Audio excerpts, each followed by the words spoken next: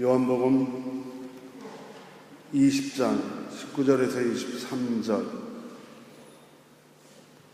다 찾으셨으면 제가 받들어서 읽겠습니다. 그날 곧 주간의 첫날 저녁에 제자들은 유대 사람들이 무서워서 문을 모두 닫아 걸고 있었다.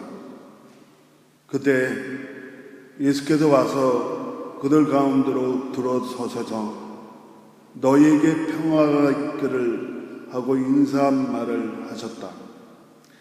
이 말씀을 하시고 나서 두 손과 옆구리를 그들에게 보여주셨다. 제자들은 주님을 보고 기뻐하였다. 예수께서 다시 그들에게 말씀하셨다. 너희에게 평화 있기를 빈다. 아버지께서 나를 보내신 것 같이 나도 너희를 보낸다. 이렇게 말씀하신 다음에 그들에게 선물 불어놓으시고 말씀하셨다. 성령을 받아라. 너희가 누구의 죄든지 용서해 주면 그 죄가 용서될 것이요 용서해 주지 않으면 그대로 남아 있을 것이다. 아멘.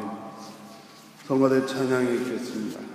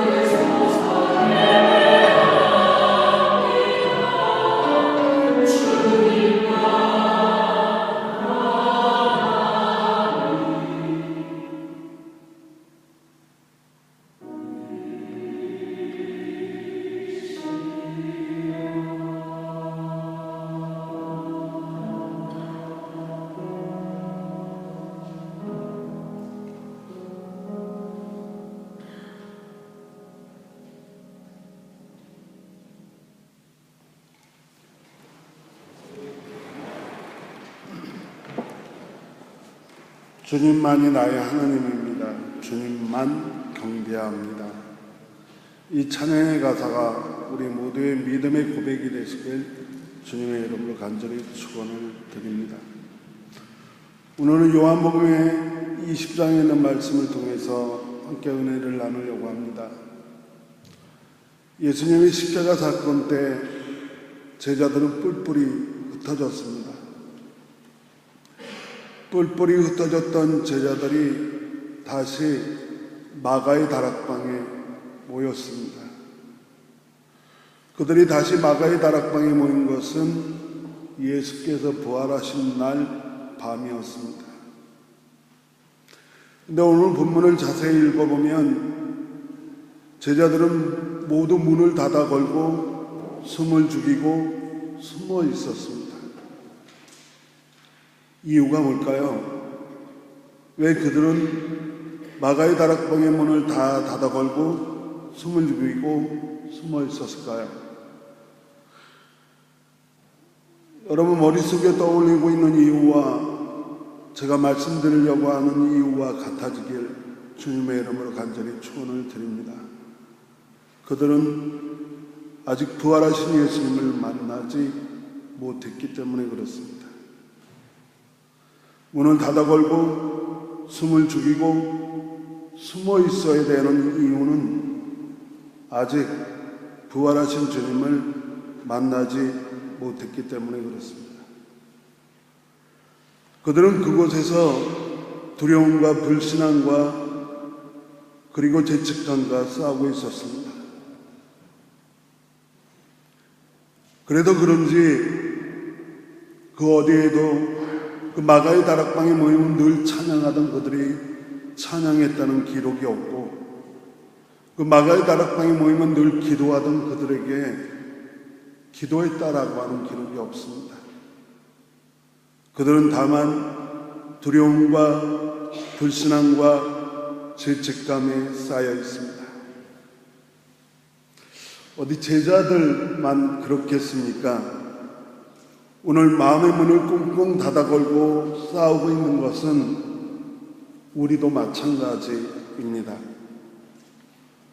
우리가 문을 닫아 걸었다면 그 이유는 인생의 두려움 때문이고 불신앙도 아마 우리의 마음을 걸어 잠그는 이유 중에 하나일 겁니다.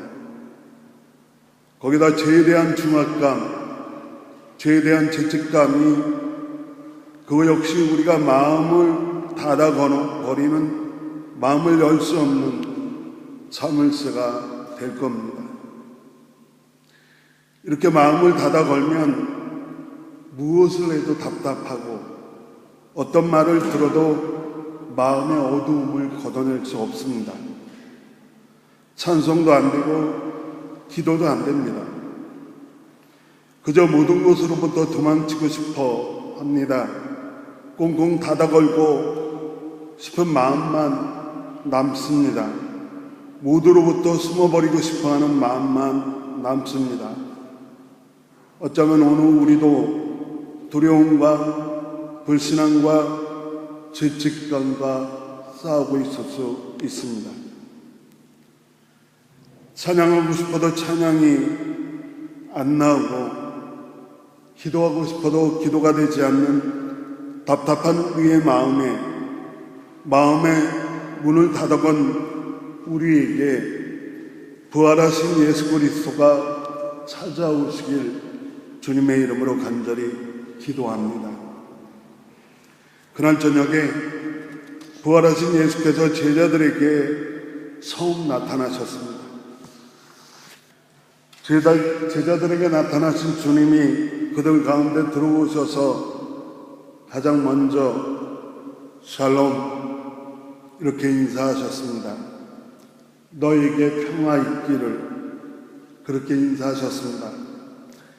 이 시간 제가 잘 안 하는 거지만 옆에 있는 분하고 인사 나눠주시길 바랍니다. 당신에게 주님의 평화가 있기를 기도합니다 라고 옆에 있는 분과 인사해 주십시오.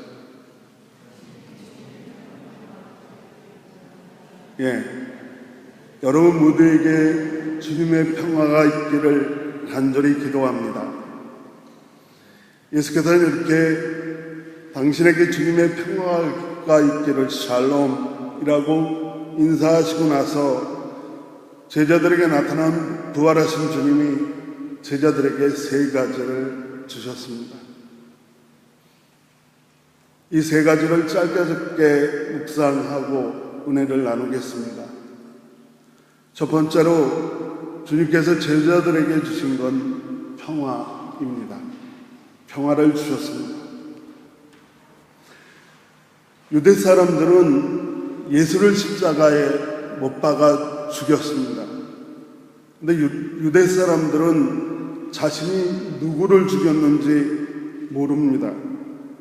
그들이 죽인 것이 메시아라고 하는 사실도 인정하지 않습니다. 그들은 예수만 죽이려고 했던 게 아닙니다. 그들은 예수만 죽이는 것으로 끝낼 생각이 없습니다. 그들은 기독교를 뿌리채 뽑아버리고 싶어 합니다. 그래서 유대 사람들은 예수 그 모든 것들을 뿌리채 뽑아버리기 위해 예수의 잔당, 제자들을 찾고 있었습니다. 오늘 본문을 보면 그들이 문을 꽁꽁 닫아걸고 마가의 다락방에 들어간 까닭은 유대 사람들이 무서워서라고 기록되어 있습니다. 어디 제자들을 찾고 있는 게 유대 사람뿐이겠습니까? 예수님께서는 사흘 만에 부활하신다라고 말씀하셨고, 그때 정말 예수의 시신이 없어졌다라고 하는 것이 로마 당국자들에게 전해지자 로마 당국자들은 가장 먼저 누구를 의심했겠습니까? 제자들입니다. 그래도 유대 사람들뿐만 아니라 로마 당국까지도 예수의 잔당이며 그의 제자라고 불리우던 사람들을 찾고 있었습니다. 언제 사내들의 병사들이나 로마의 병정들이 들이닥칠지 모르는 두려움으로 그 무서움으로 가득한 바로 그곳에 부활하신 주님이 찾아오셨습니다. 요한복음 6장에 보면 이런 이야기가 나옵니다. 구역예배 때도 잠깐 말씀드렸는데 요한복음 6장에 보면 여러분이 너무나 잘 아시는 이야기가 하나 나옵니다.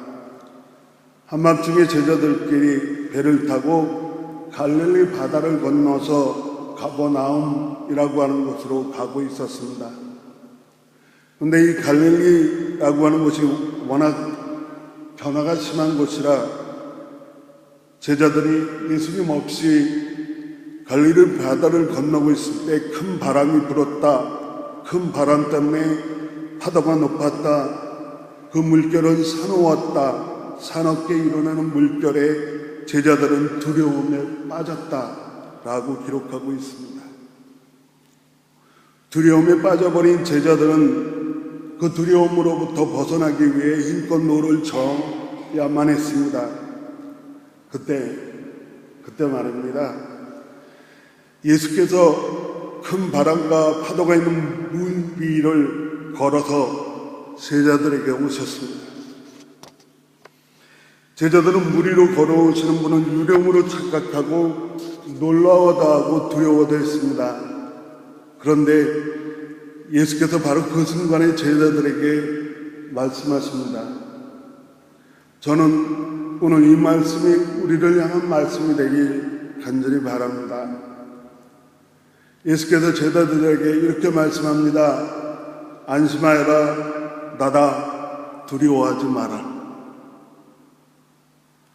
여러분 안심하십시오. 주님이십니다. 두려워하지 마십시오. 그런데 주님은 말씀으로만 끝난 것이 아니라 요한복음 6장의 기록을 보면 그리고 예수께서 배에 오르시자 바람이 그쳤다라고 되어 있습니다.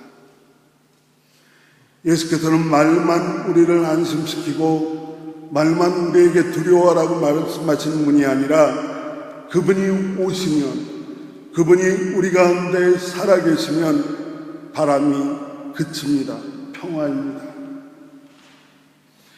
예수께서 우리 가운데 계시는 것이 평화입니다. 더 이상 두려움이 우리를 짓누르지 못하도록 용기 내게 해주시는 분이 예수님입니다.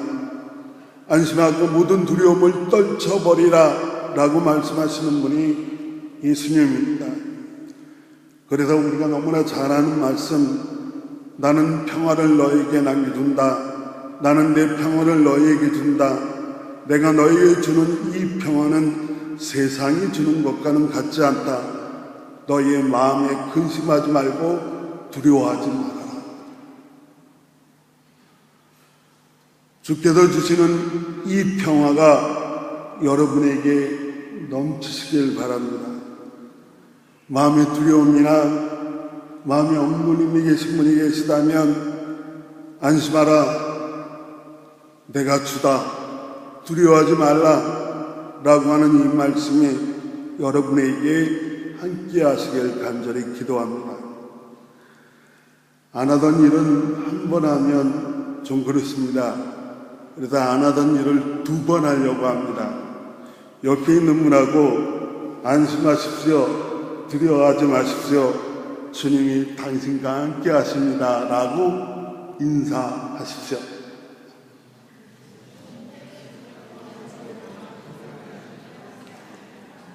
여러분 안심하십시오. 두려워하지 마시고 주님이 여러분과 함께 하십니다. 예수께서 2번째로 주신 건 기쁨입니다. 부활하신 주님께서 두 손과 옆구리를 제자들에게 보여주셨습니다. 그리고 오늘 본문은 제자들은 주님을 보고 기뻐하였다라고 기록합니다. 그런데 말입니다. 이 20절 너무나 간단하지 않습니까? 이 요한복음의 기록을 좀 더 우리와 가까운 현실의 모습으로 재구성해 봐야 할 것 같습니다. 제 상상력에는 한계가 있습니다. 그리고 사람의 상상력을 동원해서 20절의 이 말씀, 부활하신 주께서 두 손과 옆구리를 제자들에게 보이자 제자들은 주님을 보고 기뻐하였다라고 하는 이 말을 설명 가능한 것은 누가복음의 기록입니다.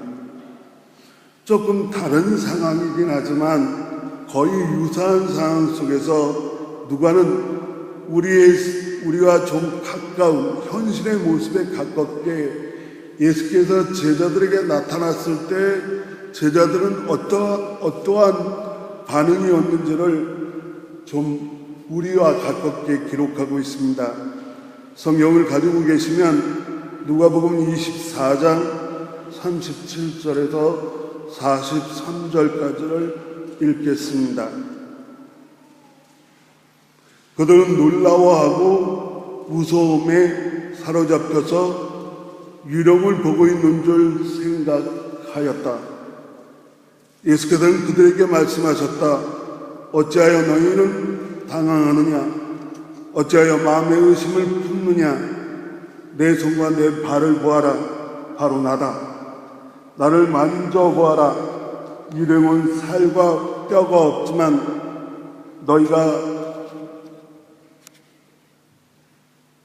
너희가 다시 보는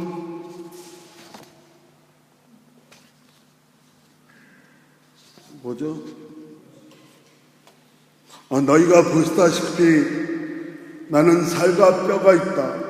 이렇게 말씀하시고 그는 손과 발을 그들에게 보이셨다. 그들은 너무 기뻐서 아직도 믿지 못하고 놀라워하고 있는데 예수께서 그들에게 말씀하셨다. 여기에 먹을 것이 좀 있느냐? 그래서 그들이 예수께 구운 물고기 한 토막을 드렸다. 예수께서 받아서 그들 앞에서 잡수셨다. 당연한 반응입니다. 지금 여기 예수님이 오시더라도 그냥 마냥 기뻐하실 것 같습니까? 그렇지 않습니다. 당연한 반응입니다. 지금 여기 예수님 오시더라도 놀라워하고 무서워하고 유령으로 착각하고 마음에 의심을 품고 그래도 믿기지 않을 겁니다. 이것이 자연스러운 것입니다. 부활하신 주께서 그들 앞에 나타나시는 순간 제자들이 싸우고 있는 것은 바로 믿지 못하는 불신앙입니다. 나타나도 못 믿고 보여주어도 못 믿고 함께해도 못 믿고, 이게 어디 제자들 뿐이겠습니까? 우리도 이 못 믿는 것과 싸우고 있습니다. 누가복음의 기록은 의미가 있는 기록입니다. 그래서 조금 아까 읽어드린 누가복음 24장 그 본문 뒤에 부분 45절에 이렇게 되어 있습니다. 그때 예수께서는 성경을 깨닫게 하시려고 그들의 마음을 열어주시고 너희는 이 일의 증인이라고 말씀하시고 그들을 축복하셨다. 결국 믿지 못하는 것을 해결할 수 있는 유일한 방법은 하나님 말씀입니다. 52절 53절 누가복음 24장 52절 53절엔 이렇게 기록합니다. 그들은 예수께 경배하고 크게 기뻐하면서 예루살렘으로 돌아가서 하나님을 찬양하면서 날마다 성전에서 지냈다. 예수께서 그들에게 믿음을 되찾아 주었습니다. 되찾아진 믿음 때문에 그들은 기쁨을 되찾았습니다. 그리고 찬양하고 그리고 기도의 문이 열렸습니다. 혹시라도 내가 이걸 어떻게 믿어? 보여줘도 못 믿고 나타나도 못 믿고 함께해도 못 믿는 것이 바로 나다 라고 생각하시는 분이 계시다면 그 불신앙과 싸우는 여러분에게 전달된 한 장의 편지, 이 편지는 사도 바울이 빌립보 교회 성도들에게, 믿지 못하는 빌립보 교회 성도들에게 쓴 편지의 일부분을 읽어드리겠습니다. 주님 안에서 항상 기뻐하십시오. 다시 말합니다. 기뻐하십시오. 여러분의 간용을 모든 사람에게 알리십시오. 주님께서 가까이 오셨습니다. 아무것도 염려하지 말고 모든 일을 오직 기도와 간구로 하고 여러분이 바라는 것을 감사한 마음으로 하나님께 아뢰십시오. 그리하면 사람의 헤아림을 뛰어넘는 하나님의 평화가 여러분의 마음과 생각을 그리스도 예수 안에서 지켜주실 것입니다. 아멘. 여러분, 아무것도 염려하지 말고 여러분은 주님을 찬양하고 그리고 기도와 간구로 하나님께 아뢰십시오. 주께서 우리에게 가까이 오셨습니다. 아니, 여기 계십니다. 아니, 우리 삶 가운데 계십니다. 그분이 우리에게 기쁨을 회복해 주실 줄로 믿습니다. 마지막 세 번째는 예수께서 제자들에게 성령을 주셨습니다. 아까 말씀드렸듯이 제자들은 죄책감과 싸우고 있습니다. 그들은 십자가 앞에서 뿔뿔이 흩어져서 도망쳤던 그들입니다. 그들은 배반했고 그 중에 하나는 3번씩이나 주님을 부인하고 도망쳤던 자들입니다. 한마디로 이야기하면 적어도 하나님 앞에서는, 주님 앞에서는 살아있지만 죽은 자들이었습니다. 그들의 죄가, 그리고 그 죄에 대한 죄책감이 그들을 죽였습니다. 마음의 문을 닫아 걸게 만들었습니다. 그런데 오늘 본문 22절을 보니 그들에게 숨을 불어넣으시고 말씀하셨다. 숨을 불어넣으시고 말씀하셨다. 아마 성경을 조금이라도 창세기를, 우리가 창세기만 읽는 성도들이 많은데 창세기만 읽어도 이 말을 듣는 순간 떠오르는 이미지가 있습니다. 그것은 하나님은 사람을 흙으로 만드셨고 성령을 불어넣어 인간으로 창조하셨습니다. 그리고 만드신 그 인간으로 말미암아 참으로 보시기에 좋아하셨습니다. 바로 이것이 회복되는 겁니다. 성령을 받아라 라고 하니까 성령파도 아니면 저게 그런 말을 하지 라고 받아들이지 마십시오. 이것은 하나님이 창조한 인간의 원래의 모습을 회복하는 것을 이야기합니다. 선지자 에스겔은 환상을 봅니다.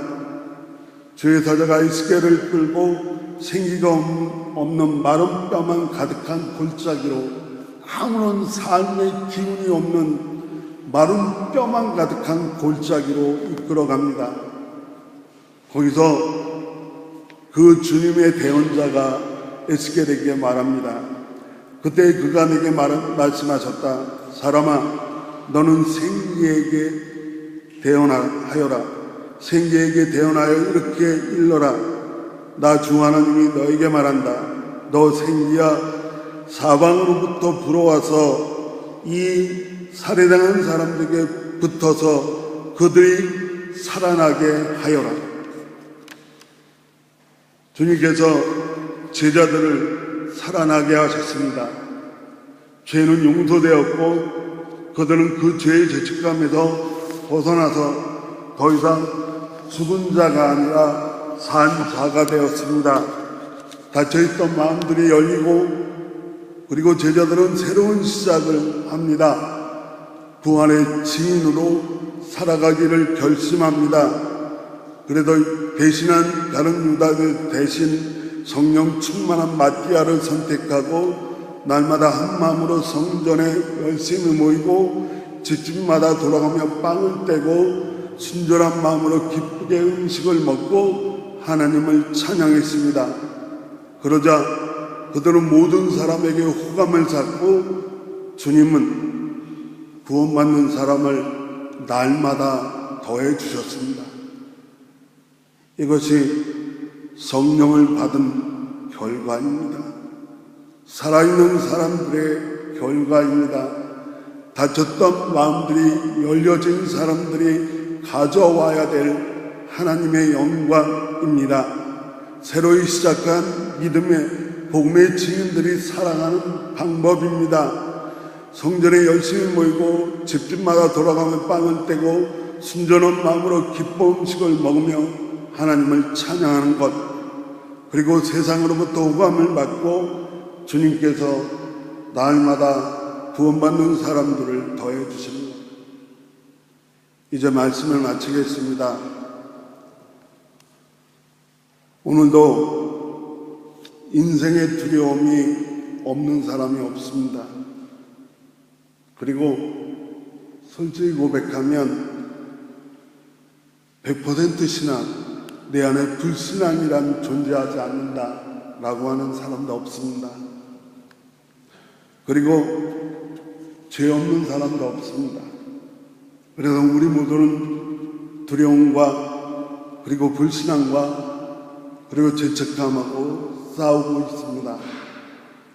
오늘도 그 힘겨운 싸움을 싸우고 계시는 사랑하는 여러분, 부활하신 주님의 평화가, 부활하신 주님의 기쁨이, 부활하신 주님의 성령 충만함이 여러분과 함께하길 간절히 기도합니다.